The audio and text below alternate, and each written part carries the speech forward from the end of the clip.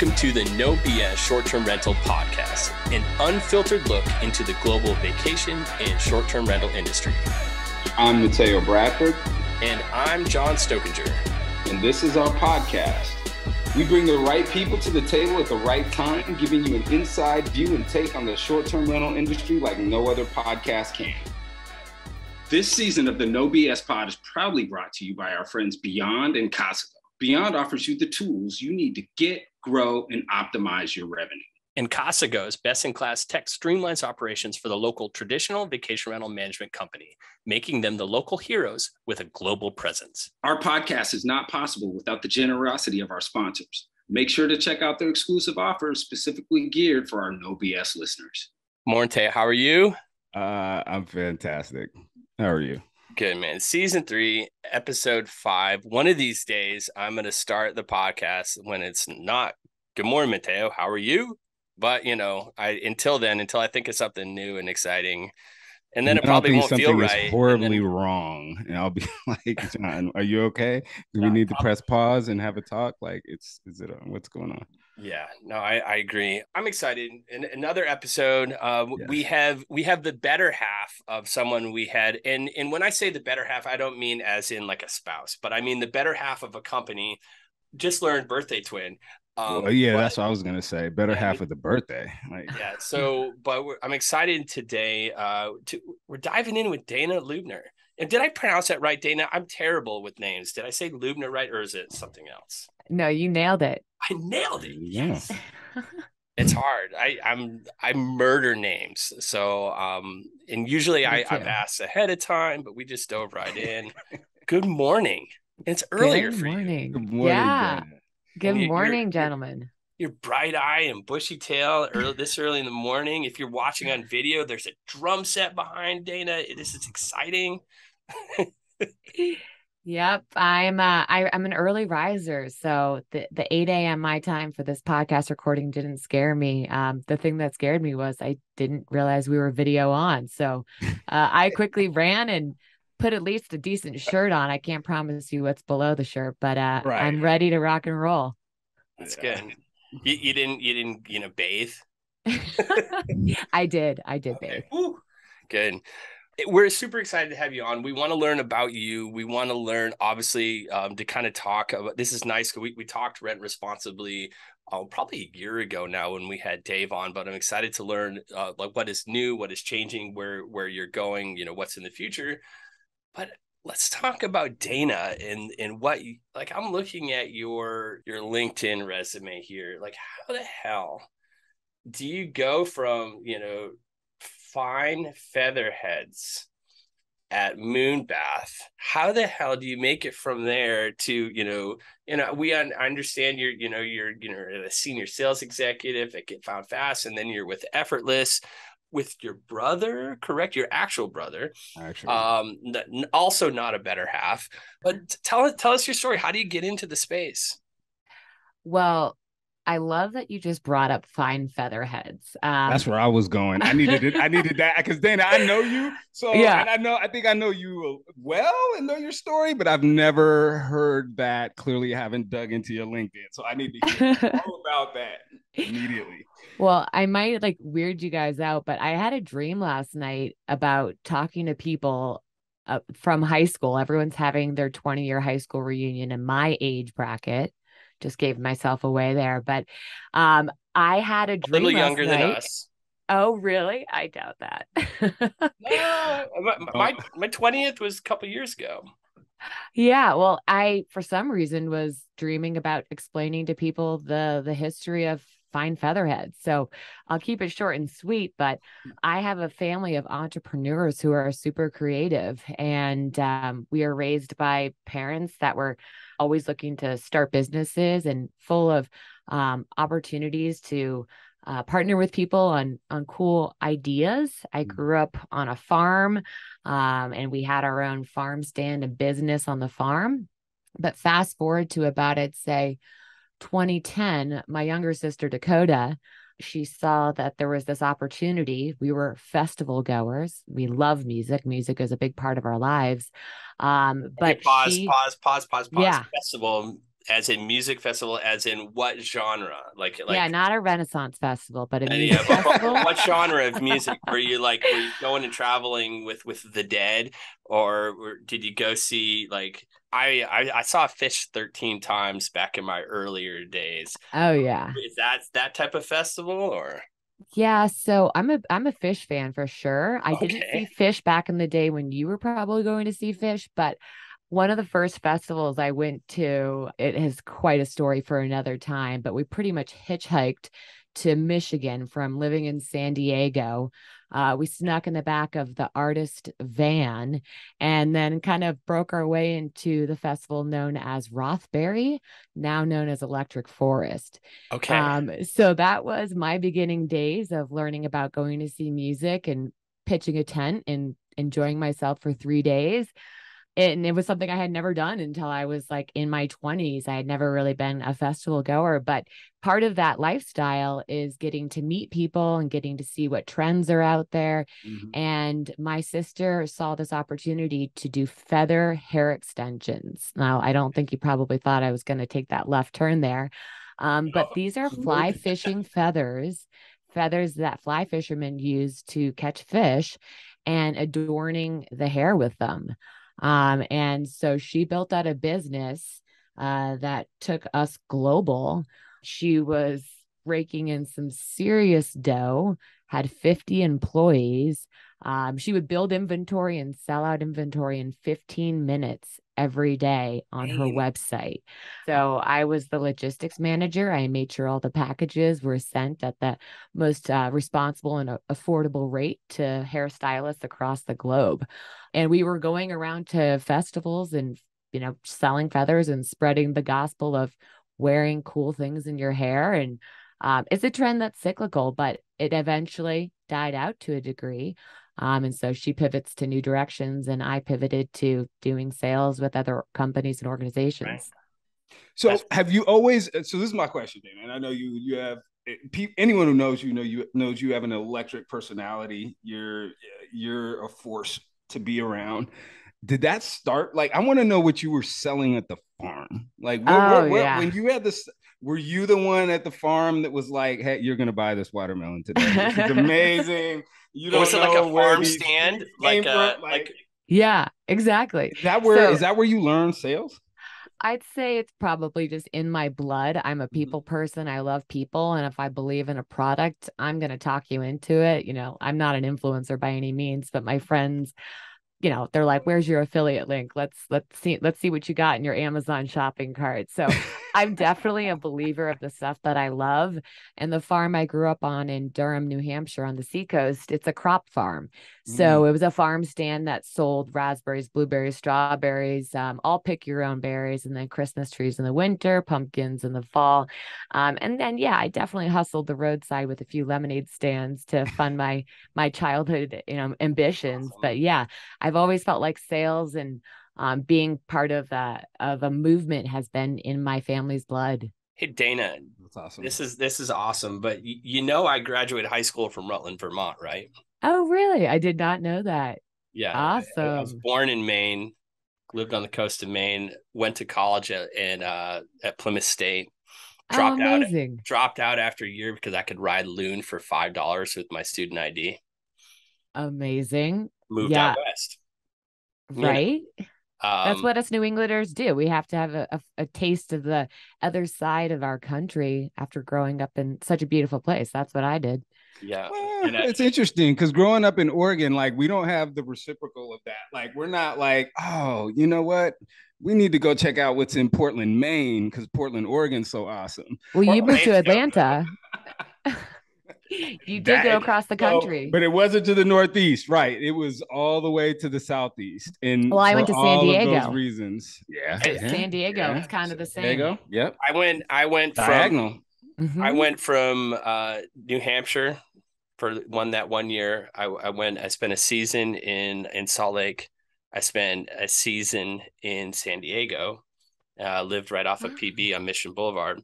And then hitchhiked, if we're talking hitchhiking, from San Diego up to Portland, Oregon, and found a ride from there to Mount Hood and spent 3 years in Hood River, Oregon. Amazing. I love that we have some similar paths that were crossed there. I did not know that about you, John. Yeah. And my fish shows were all up in New England, like the Great Went, like all the shows. Yeah. Yeah. We've got a fish 4-day run coming here to Denver. The stadium is called Dick's, so it's called Fish Dick's.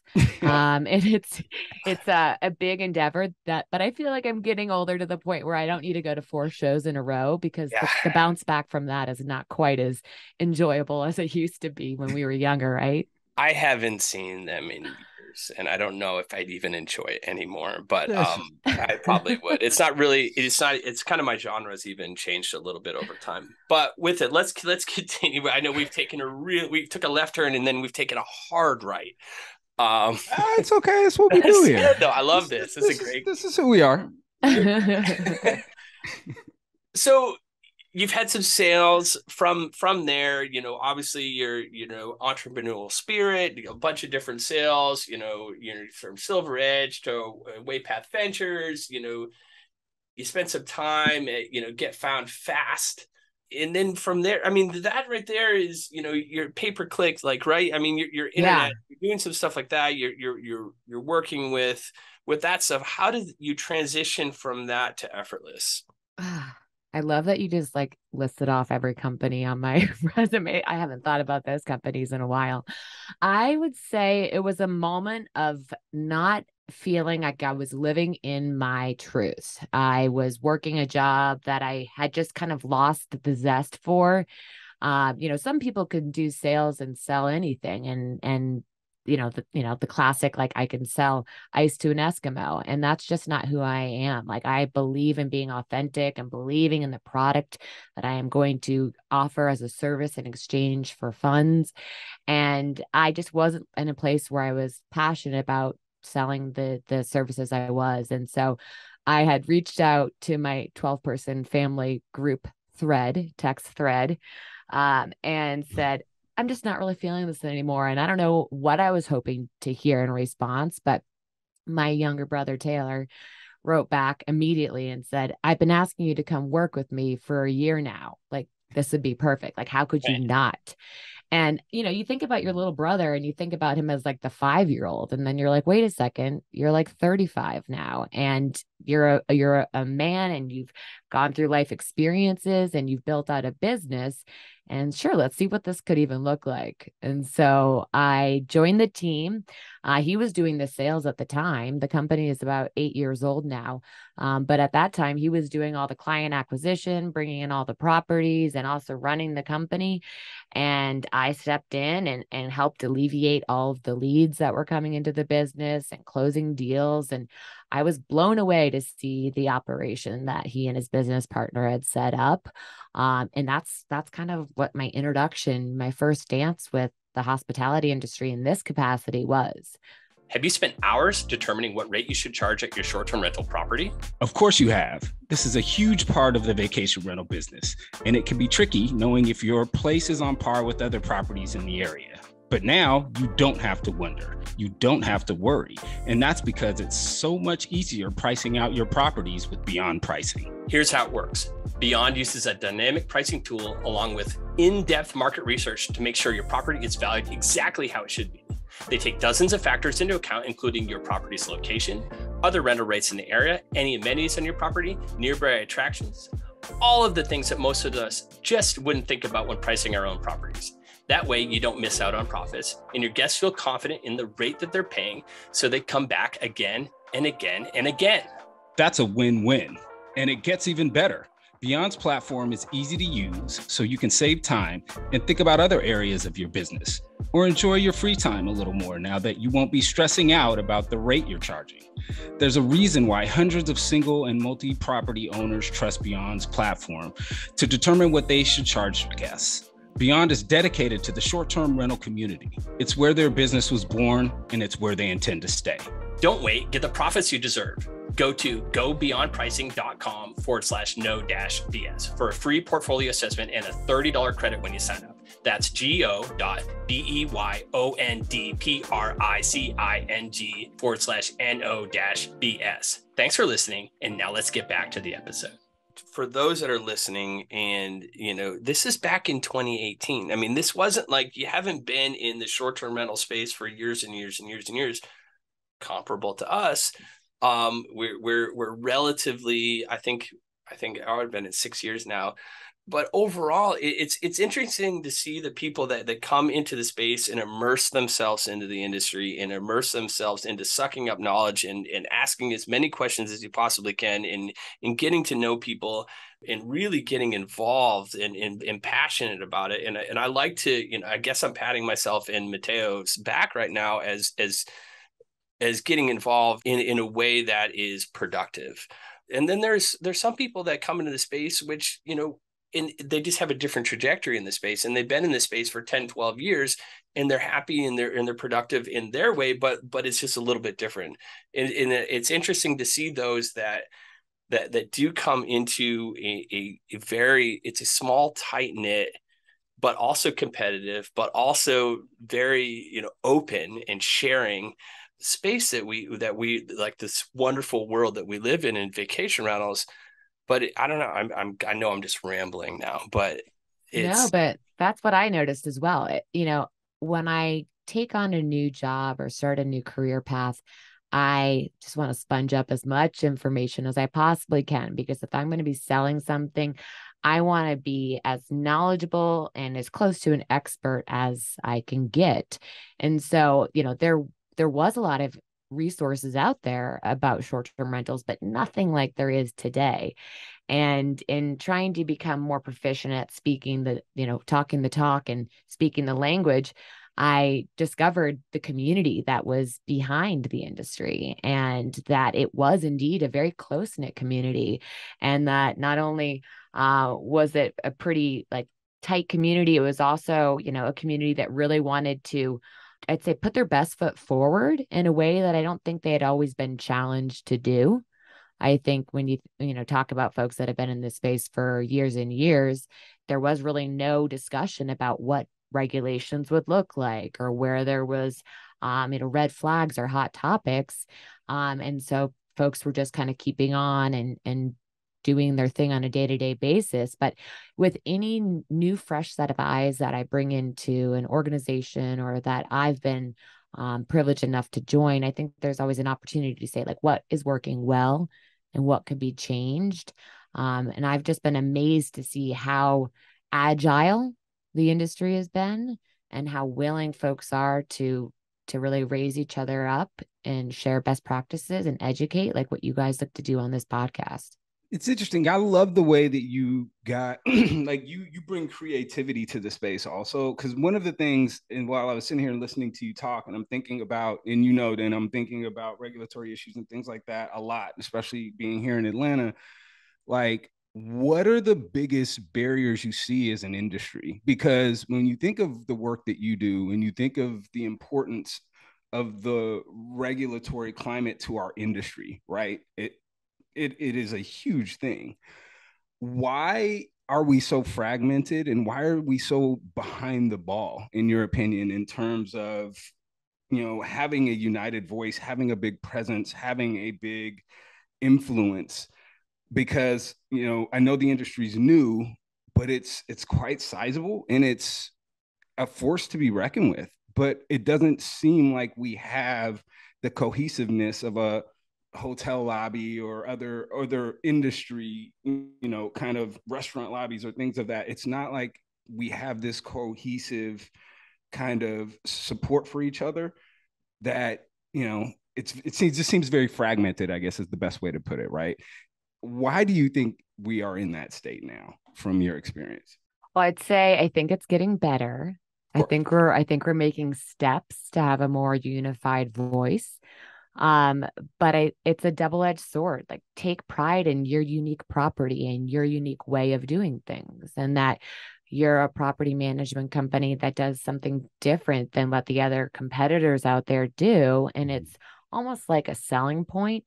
But I think when you take pride in doing things, differently, to an extent where you look at your the other folks in your space as competitors in a way where you can't collaborate, then I think that's what creates that, fragmentation, that voice that's not being collaborative or working in the same direction. I think those are the opportunities where we can kind of get together, whether it's on a local level or at a national level, and really say, like, let's talk about what our problems are. Let's identify what the issues are, and then let's tackle them, and bringing together every voice in the room to say, how can we have a positioning statement that we can all agree upon on these, 5 to 10 points, whatever it may be.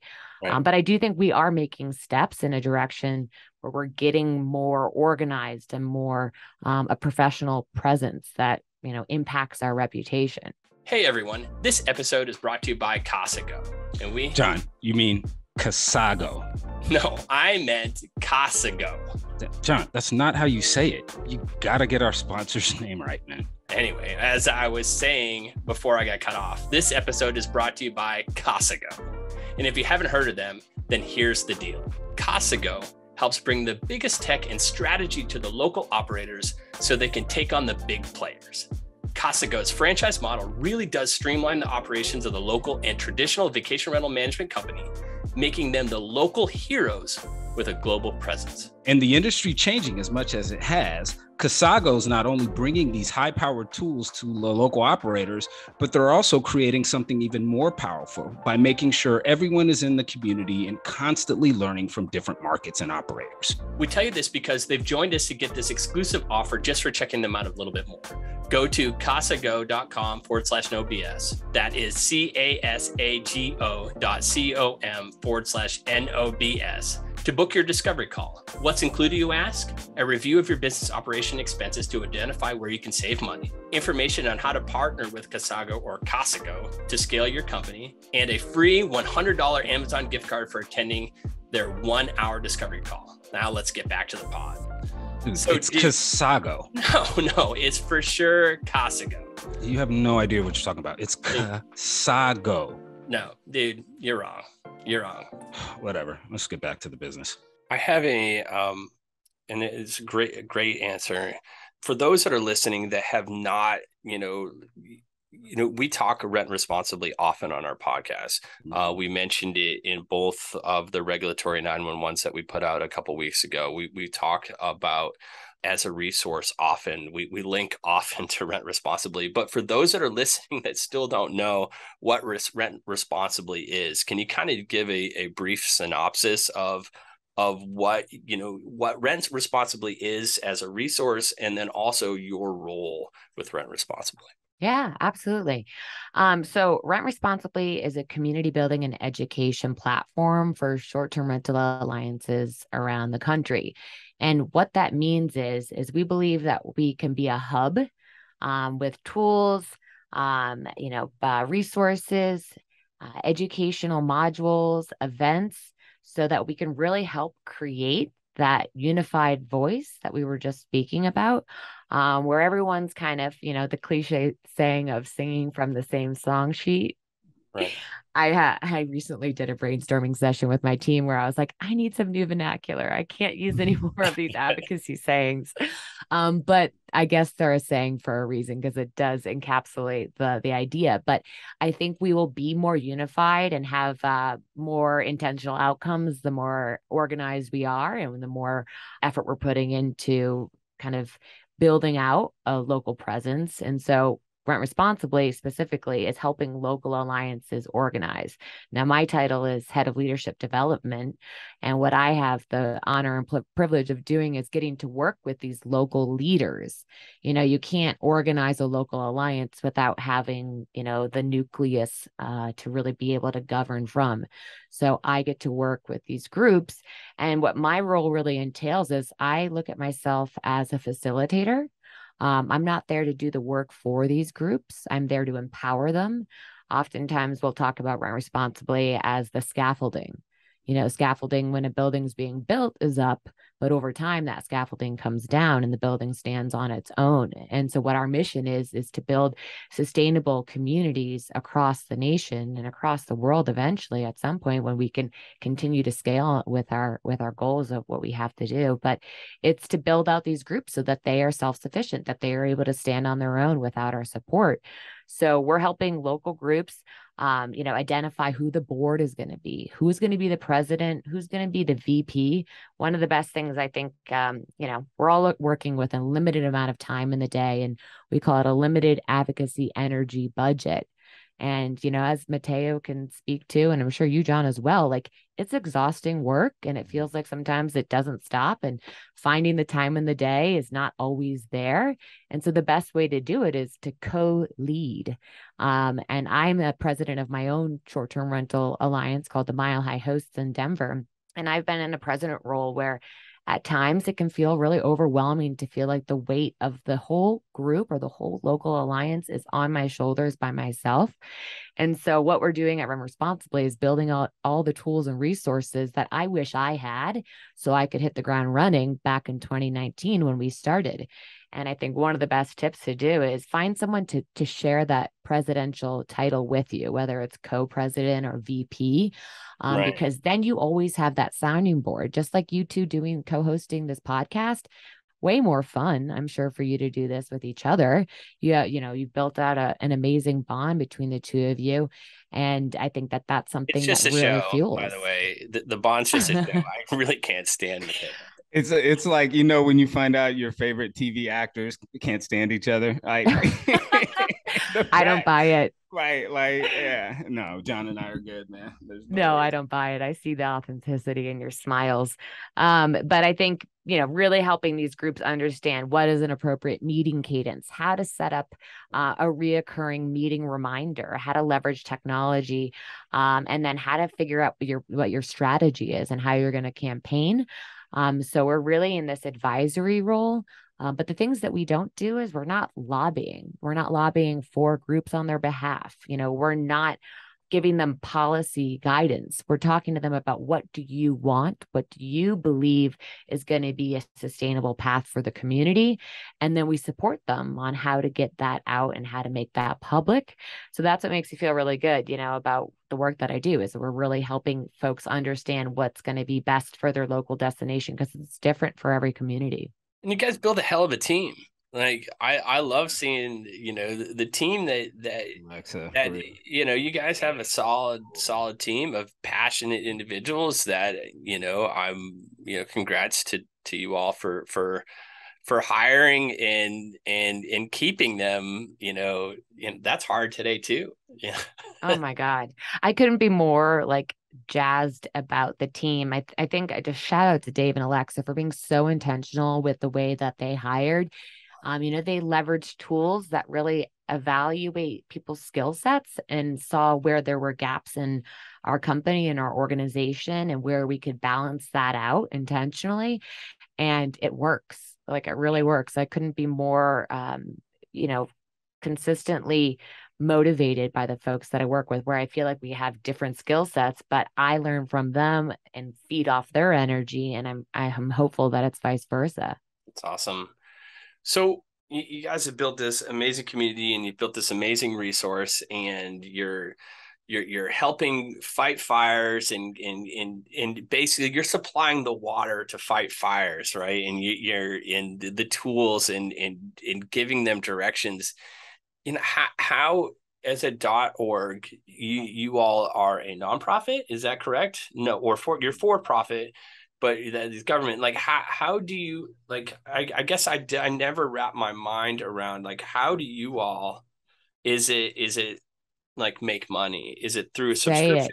I know. This is a question people. How do you get paid? Because I'm not volunteering. Right. No, I understand you're not volunteer, but nonprofits get paid as well, right? So totally. Yeah. So absolutely. How you got a quality team and you guys aren't doing this for free. Exactly. How do you get paid? And I love that. And I love any opportunity I can speak to this, because I think it's something that people don't necessarily understand. And I think it can, lead to people filling in their own blanks. which we know Mhm. can be kind of a dangerous Well, no, endeavor to people want do. things for free. Like, let's be very clear. Like, people always want advice for free. They want you to do all the work, and they want it for free, whether they Yeah. admit it or not. And then they're like, "Oh, you paid to do this? Yeah, Or I I paid have to to do pay this." you to do this. Yeah. I Right? mean, Yeah. the way that the model works for Rent Responsibly is that we have founding partners. So we have partners that believe in the community building advocacy work that we are supporting groups to do. And so through their investments, they're making a public statement that they know that if advocacy and community building doesn't exist, that the industry will cease to exist. And so by putting their money and investing in Rent Responsibly, they're able to say that they're doing advocacy as well. And so it's through the support of the founding partners. And the founding partners, just to give a shout out to them as well, is Verbo, Key Data, Proper Insurance, Breezeway, Noiseware, AJL Raincatcher, Avalera, D Travel, Operto, and Wheelhouse. And I think it's really important to also note that none of these folks have a hand in how we do what we do. Our agreement with them is that you're investing in the work, you understand how we do our work, but none of them have agendas that they're looking to serve. And so I think sometimes there can be discussions around OTAs being investors and, are they getting their own needs being served? And that couldn't be further from the truth. And I couldn't do, just like what we spoke about in the beginning, I couldn't do the work I'm doing if I was serving somebody else's agenda. 100%. And yeah, and Well, I just and that's even, to take it like way down a level, like we partner, obviously if you're listening to this podcast, you've had a couple interruptions with some commercials of our sponsors, and with the relationship that we have with the sponsors on the No BS podcast, which is very Switzerland, in everything that we do. Like they can't dictate who we have on. They can't dictate, what we talk about. Yes, of course, we would like to get them on, and we're going to be getting Ryan Dave on here in a couple of weeks to go ahead, to talk Casago and stuff like that. But of course, we are like we would anyway, and we try to time it with when they are, on a sponsorship run. But I get it, and it's important that your the messages and the what you're doing. And well, in true to form, you just shouted out every partner that you work with, and good for you. There, that's your job. yeah. But it's interesting though. Like, I don't know why do we segment them? Because their interest is our interest at the end of the day, right? Their customers are the managers, right? Right. Like, at the end of the day, I hate that we even have to talk about segmenting them and visibility and having to make these disclaimers, but I get it. But at the end of the day, we're all in this boat together, right? And I think what really damages us is when we try and segment ourselves away. And not saying that this is what you're doing or what's happening, but I think we get weaker the more and more we kind of fragment and segment and say, oh, well, this is in my best interest. And I don't know about everybody else. Yeah. How can we work together? How can we identify, commonalities and common goals we want to achieve? I think that is what's going to unite our voice. And that's going to be what kills this fragmentation we spoke about. And so the more we can be looking to say like, hey, same side, I think the better it's going to be for all of those that are involved. And that's all stakeholders, all community members. Yeah. The worst thing you want to see is negativity within your own team. I don't do sports analogies, but I'm sure there's one there. Come on. It's a perfect time for like the most cliche sports analogy. We're ready for it. When you think of it, just throw it in there. Will do. So right now, obviously, we've had, we've had regulatory 911s talking about, current issues going on, and we only touched on 3 or 4, I think 4, and there's many more going on all the time across here in the US and globally, where, we're seeing a bunch of stuff pop up in the EU nations. Like right now, we're seeing a ton of stuff. Like, what is your biggest, and I know you're not going to prioritize one over the other, but where are you currently helping putting fires out right now? Great question. I'd say right now we're working with 14 alliances. So everywhere. And when I say working with, that means like full support. Like we're helping facilitate meetings. We're sending agendas. We're doing that scaffolding that I was referring to. Right. We help groups beyond that 14 with the resources and the DIY guides and the events and seminars that we put on, where it's, more of a do it yourself versus we're doing it with you. And so the destinations, just to name a few, are everywhere from, Virginia Beach, Hilton Head, Santa Fe, Oahu, San Diego, Dallas. There's again, 14 different locations that are experiencing regulatory battles.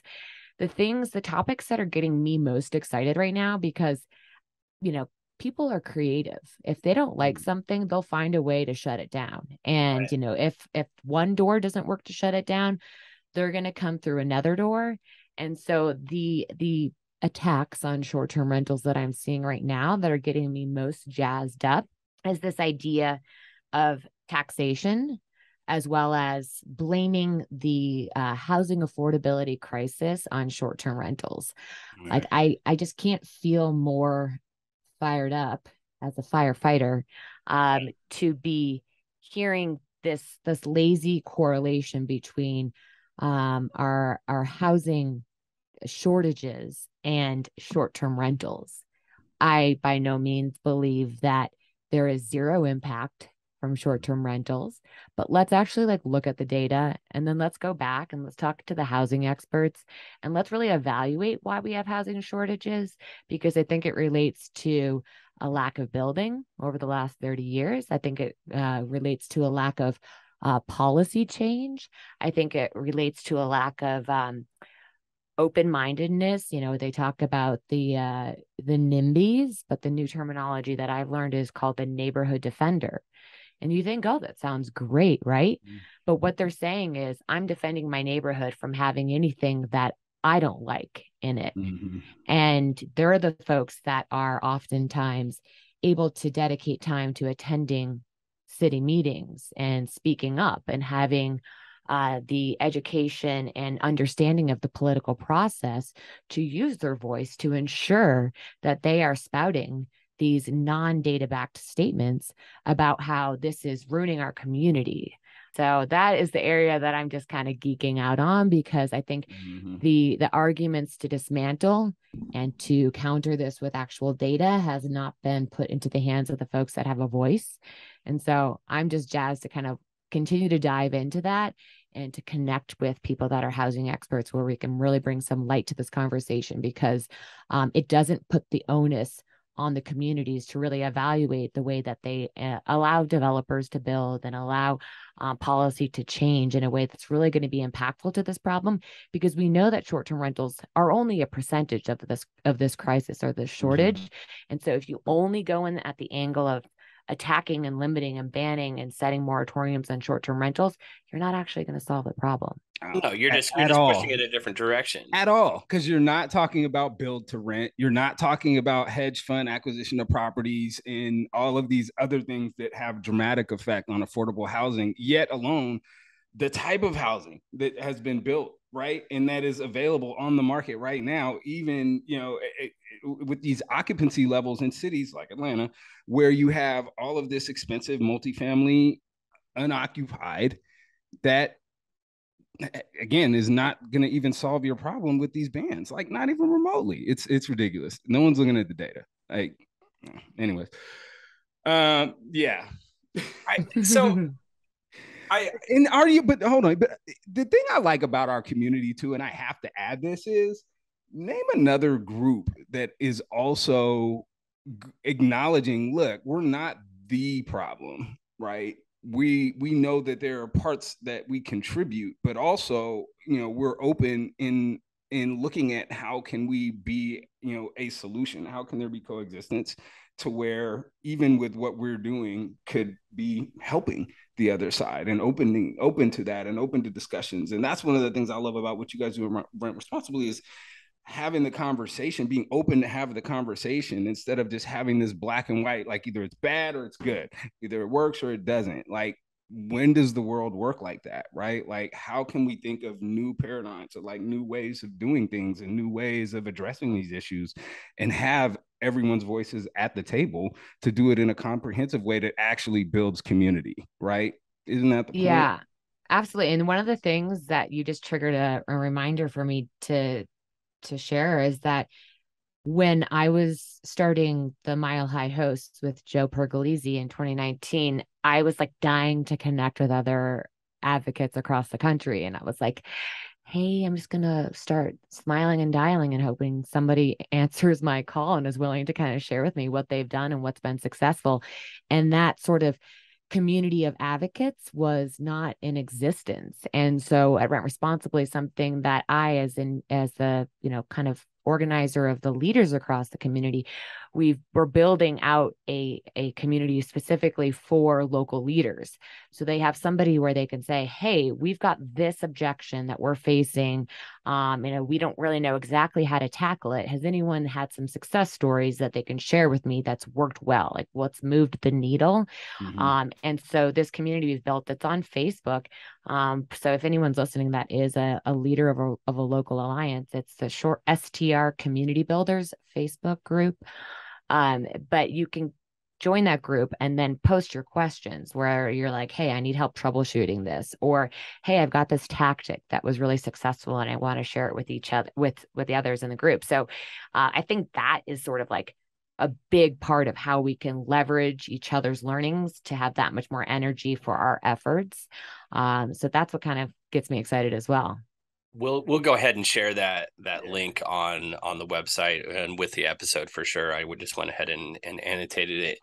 We talked on past podcasts about the tech and data and how tech can potentially help with some of this stuff. Are you with your funding getting in, like, putting any tech pieces together to help aid these organizations, or is this something that you're already doing, or is this something that you're potentially looking to go ahead and do in the future, with the Rent Responsibly under that umbrella? Yeah, so we're building out software that will help with our community building and education efforts, that will kind of streamline as a hub places for groups to come through the door, learn all the tools, spread the word of best practices around responsible hosting and being a good neighbor. And so, yeah, we are building out software. It's something we haven't really announced in a public way quite yet. But I'll just sort of leave it at here first. I'll leave it as a light mention. Like, I'm incredibly jazzed about this because, no one wants to live in a bunch of G Drive Google folders and hope that somebody understands how to navigate it in the way that you set up. And so, we have our website, but we're taking it to the next level by leveraging the tech, knowing that that's the quickest way to get the information out and have everybody kind of, existing in a space where they can collaborate as well. That's awesome. That's exciting. Glad to hear that. Yep. There's talk about even taking it a step further. Maybe you're thinking of this, of where, like, some of these pieces of the software that are to be built could be used by the individual communities as a way to go ahead and get responses from complaints, or to kind of gather that information, so it's all in one place where you can go ahead and you have a software aspect of it, but now it's for this alliance specifically, right? But people in the community can go ahead and log in and put their name in, and as a way for the community to reach out and kind of gather things together. Is this also part of your vision, or is this just me thinking outside the box and been like, no. Oh, this is freaking awesome? Well, absolutely. And that has been part of our discussions on what's the need and where is there gaps in the way in which information is shared. I mean, I think there's nothing more painful when you hear that a 311 call goes to a dead end and no one's there to help that upset neighbor. address their concerns. Like that does damage to the neighbor, it does damage to the host, it does damage to the community.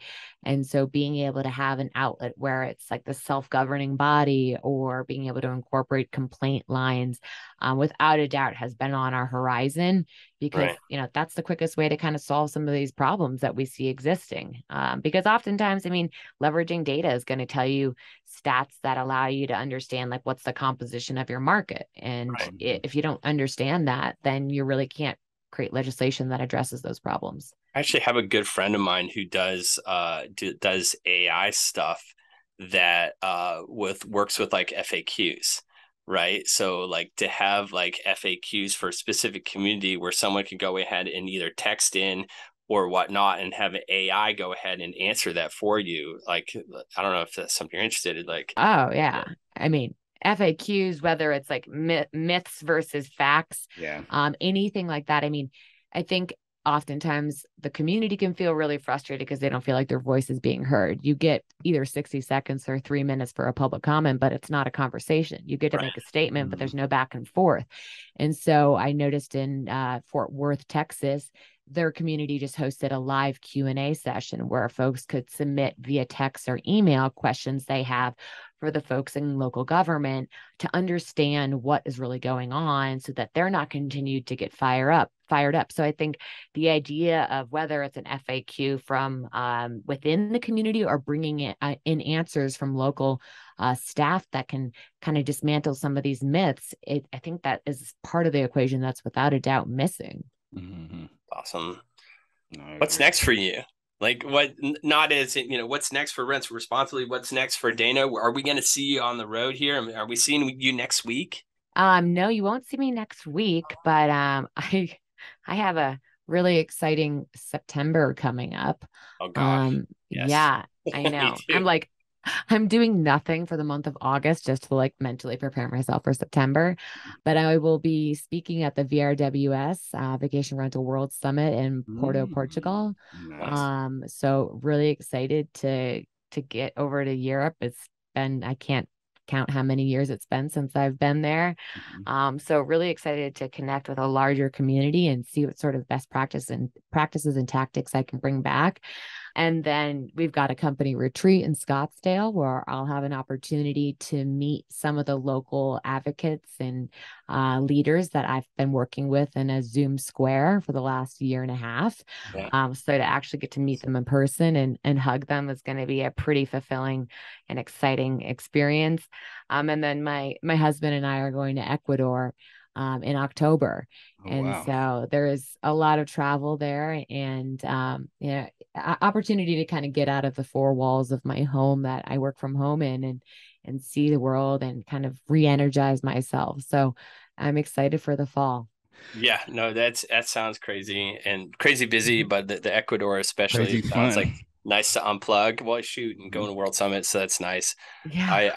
I know my personal, like we're at Darm, Teo's at Darm next week. We're excited to, shout out to Amy and Rebecca and the whole team, and everyone's putting on a great conference there. Excited to be there. I know you have Rent Responsibly has some representatives there for sure. So excited to be doing that. And then my September is an absolute shit show. Yeah. Like I think like I come home for like 2 days and then I'm back, and I'm home for 2 days and I'm back. I think I have 4 conferences.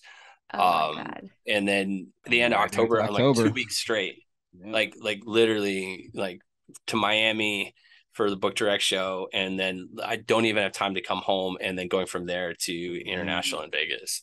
Yeah. So Yeah.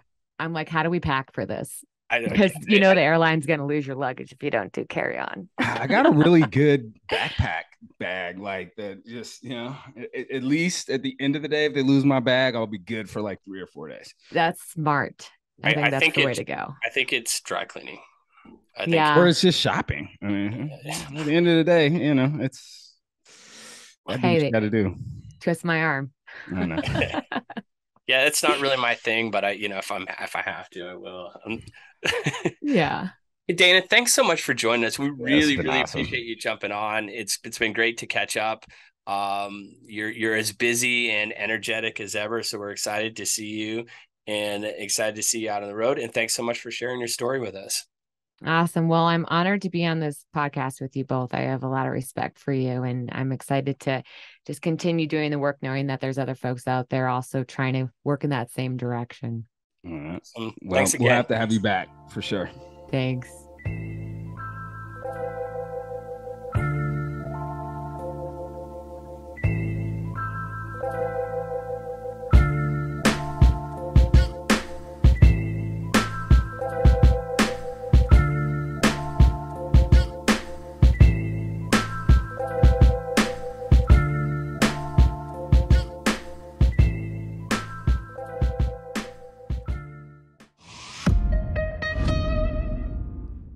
This podcast is a Hospitality.fm production.